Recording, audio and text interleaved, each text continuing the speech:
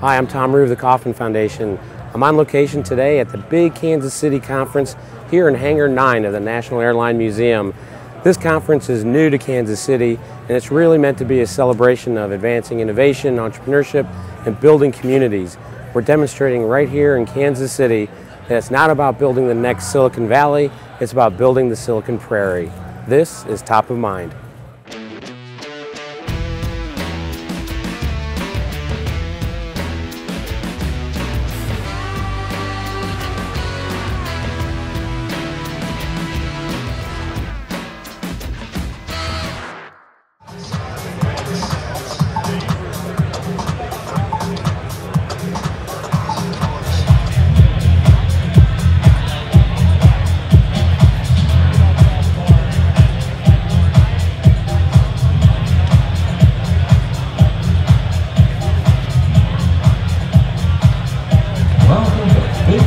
At this time, please find your seats. Our event is about to begin. I'm Reagan Carrizales, the community builder for Kansas City for Silicon Prairie News. And Silicon Prairie News was a personal blog, really turned full-scale digital media company. And the whole goal since our very first post was to really highlight and support the entrepreneurial and startup community here in the Midwest. So what first started in Omaha, then grew to Des Moines, is now this year we've made it to Kansas City. We're totally excited about being in Kansas City because there is already a really great and rapidly growing startup community here, entrepreneurial community here, and we wanted to be a part of that, be involved in that, but really just raise the visibility and highlight what was going on. Bringing Big Kansas City, or creating a Big Kansas City, it's in line with our other conferences that we do. We call it the Big Series, and it's all about innovation, entrepreneurship. So it's a national conference on innovation and entrepreneurship, but it has a very local feel to it.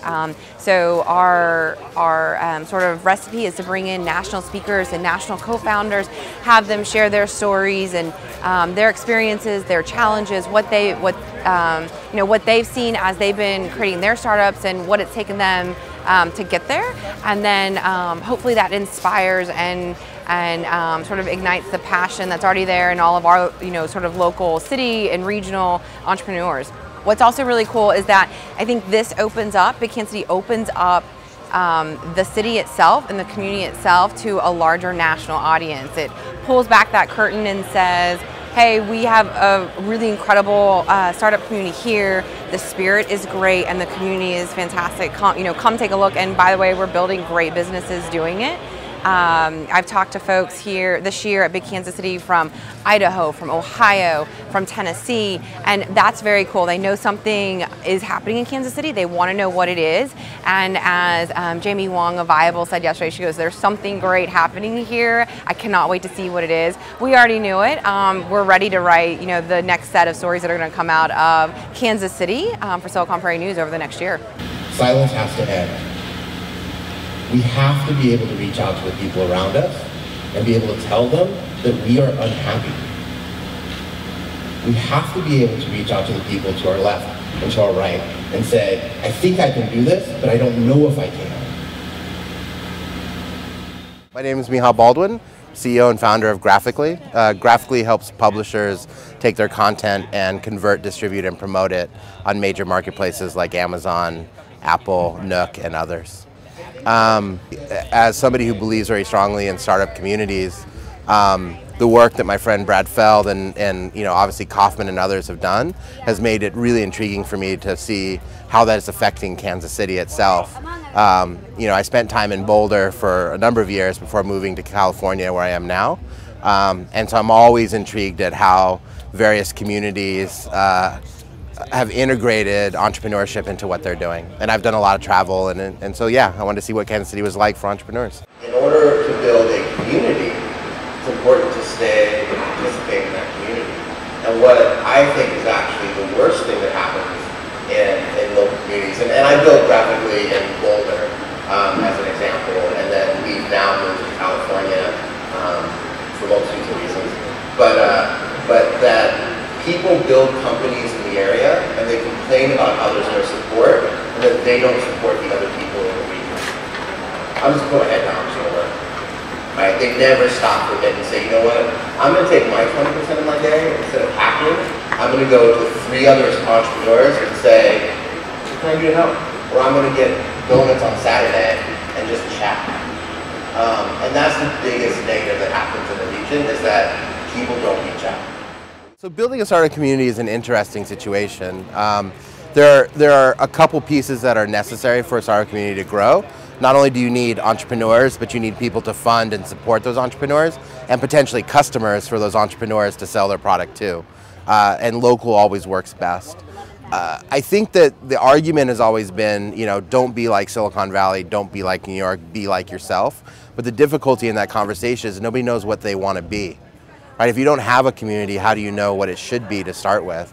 And so the most important thing for a startup community is having a tight-knit, small group of people that are able to start building out that core and that culture that grows out. Just like in a startup. In a startup, you want a couple people to set your culture of the business. You need the same thing to happen within your community.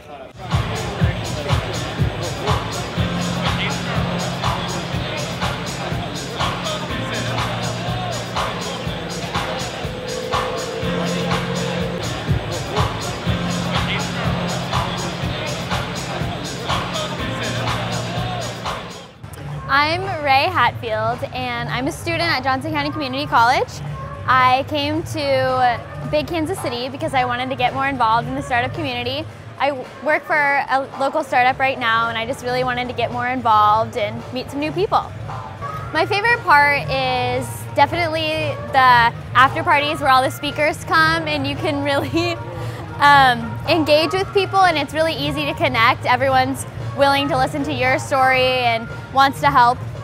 Last night I showed up at the party at the incredible Missouri bank, and Caleb came up and he gave me a badge. I don't like badges. We don't need no stinking badges. He gave me the badge, and I looked down at the badge and it said the Honey Jones, and it said Bowtie Cars. And it hit me.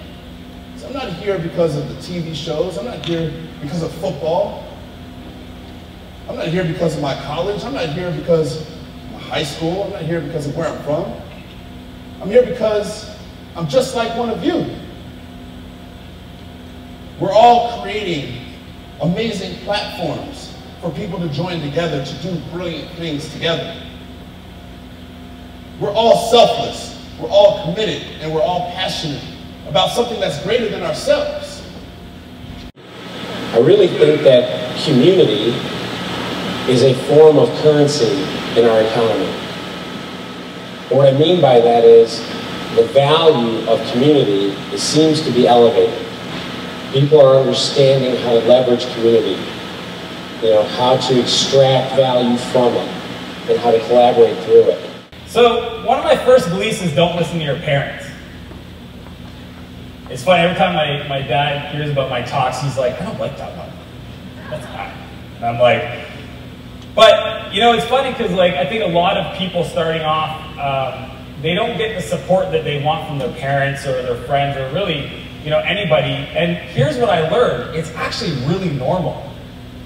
And what I realized was as a person trying to do something, somebody that they care about, the last thing they want to see is for you to fall down and hurt My name is yourself. Dan Martel. I'm the founder of a company called Clarity.fm. We make it easy for entrepreneurs and business owners to get expert advice over the phone from other successful entrepreneurs. Pisses me off about the media is they always ask, how do we build the next Silicon Valley? How do we be the next whatever city?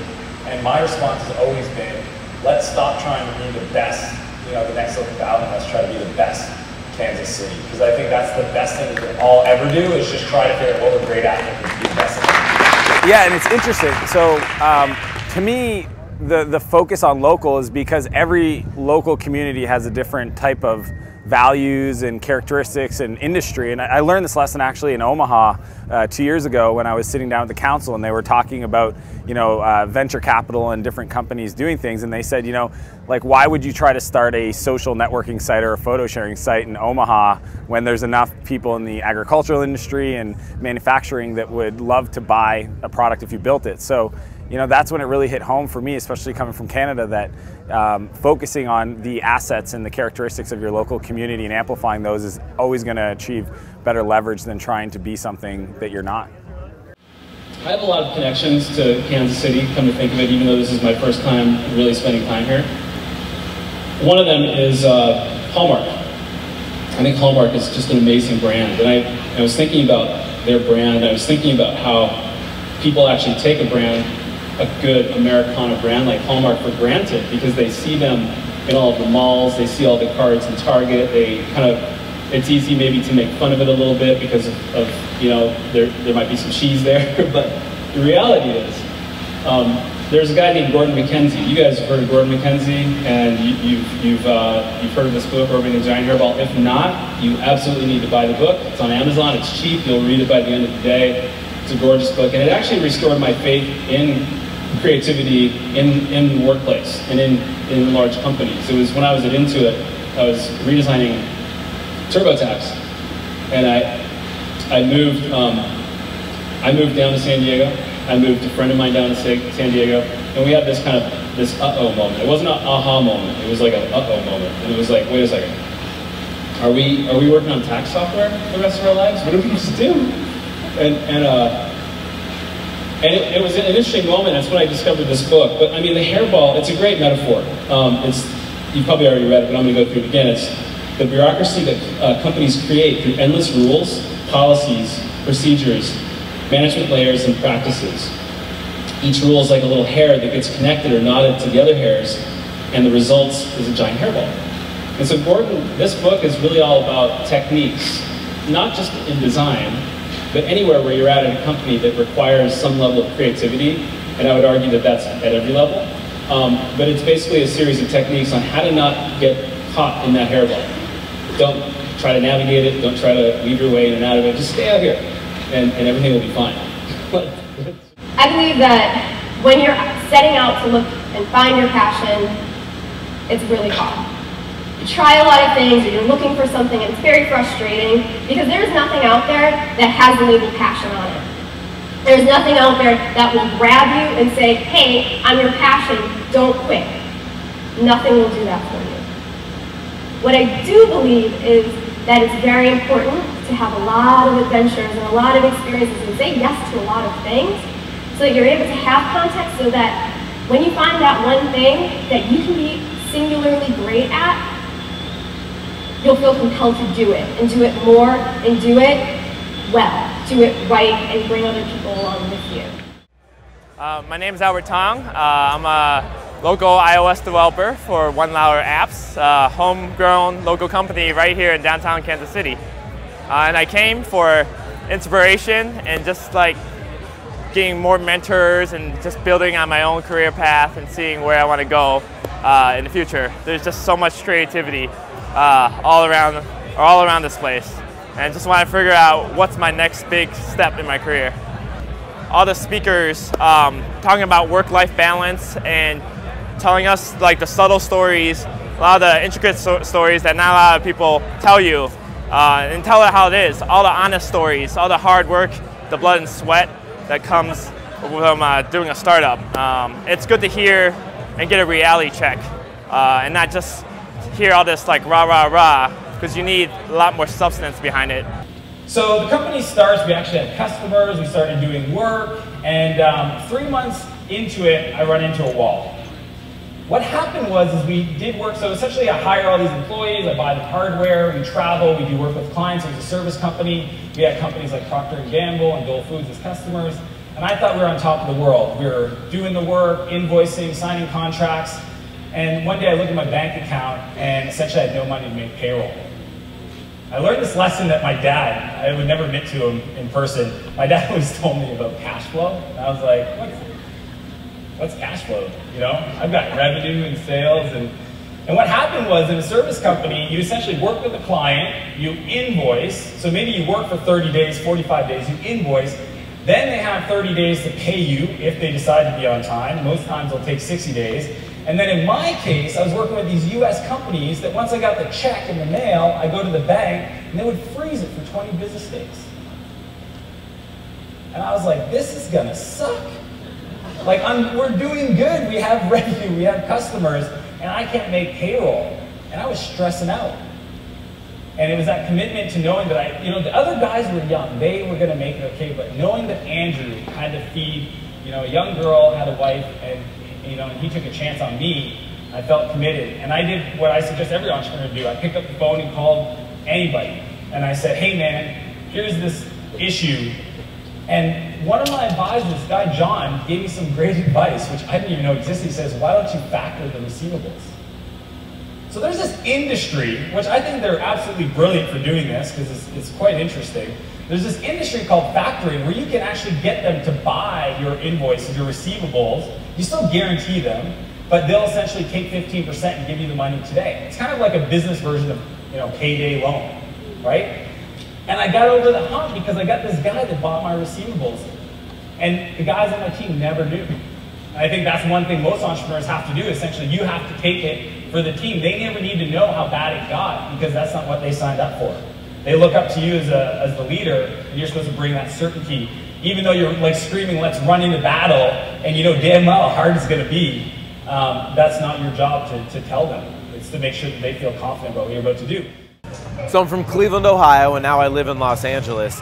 Kind of feel like right at home here in Kansas City. It's sort of exactly in the middle in terms of the weather, the geography. This makes me feel really at home. It combines all of the Midwestern values that I grew up with in Cleveland, Ohio, with all of the amazing technology and innovations and creativity that I'm used to in LA. So Kansas City kind of meets in the middle of my life, of my worlds. First of all, it's been an awesome event. So I can't really name something off the top of my head right away, but I think for entrepreneurs that come to the events, I think they can get more out of it by having a list of questions that's been eating away at them, kind of listed out ahead of time, and bring that to all the Q&A sessions that they have here. And then they have a lot of, like I said, a lot of mentors and speakers are very accessible. Bringing these questions, well thought out questions, to these speakers ahead of time, and then you get a lot more feedback right away. So I'm wondering, as you're scaling the current companies that you're growing, how do you determine between what you could do and what you actually should focus on? For us, it's very metric driven. So whatever our core growth metric is, we focus on that, and if something is going to make that number go up, we do it. And if it's not, then we don't do it. And if we don't know, we'll weigh them all. What's most probable? So, and a lot of it is guessing at first. My name is Jamie Wong. I am the co-founder and CEO of Vayable.com. Vayable is a community marketplace for travel experiences. We are a platform that enables anyone to offer their services as a tour guide, and travelers to come find unique experiences on the site that they wouldn't be able to find anywhere else in the world. I grew up in the Bay Area, I live in the Bay Area, my company is based in San Francisco, and there's nothing magical in the water there that makes you a good entrepreneur, good at technology. It just happens to be where everyone in tech has congregated historically. And so naturally now the hub continues to grow. But there's so many people in technology and in creative work, advertising, and design and other fields that are so critical to the success of a startup in other parts of the world.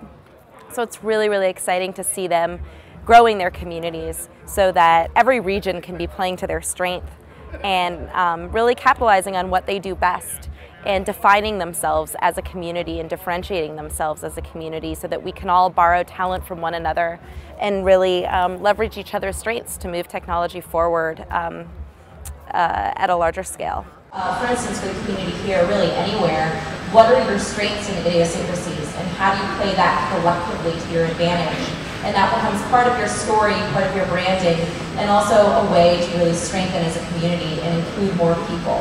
Because again, just as I'm not going to compete with Mark Zuckerberg, no other community should try to compete directly in that way with Silicon Valley, but instead present something different and something better. Able to see, all the excitement and passion right now around innovation that's happening here, and how many people are here today because they're standing on that ledge about to quit their boring day job and start a company, and all they need is that little push. It's just the most amazing thing to witness. This young kid, with no advantage to his name, not unlike our namesake and our founder, Mr. K, who did not grow up in a family of privilege, he has embraced entrepreneurship as a way to take his country from what it is as a developing nation, a third world nation, a nation in which the average worker earns $1 a day. $1 per day, if you have a job. But Soel, took on this mantle of, I want to promote entrepreneurship, I want to be that leader in my country. And the sad truth of it is, he's been having a hell of a battle, because the forces that be don't understand this yet. They don't embrace the notion of entrepreneurship as a policy priority, such that he has subsequently been arrested, detained for days. He's disappeared from the streets. He's always been released. He's a slick, fast talker. I think part of the reason why they keep letting him go is they can't quite figure him out. If he really did have nefarious intent, I think they probably figured he'd be a lot, slimier. He's been personally threatened, with his life, his property. And I said to him, Soel, this distresses me to understand that. I mean, look around. What hardship did any of us endure to be here, right? But this is what he's doing.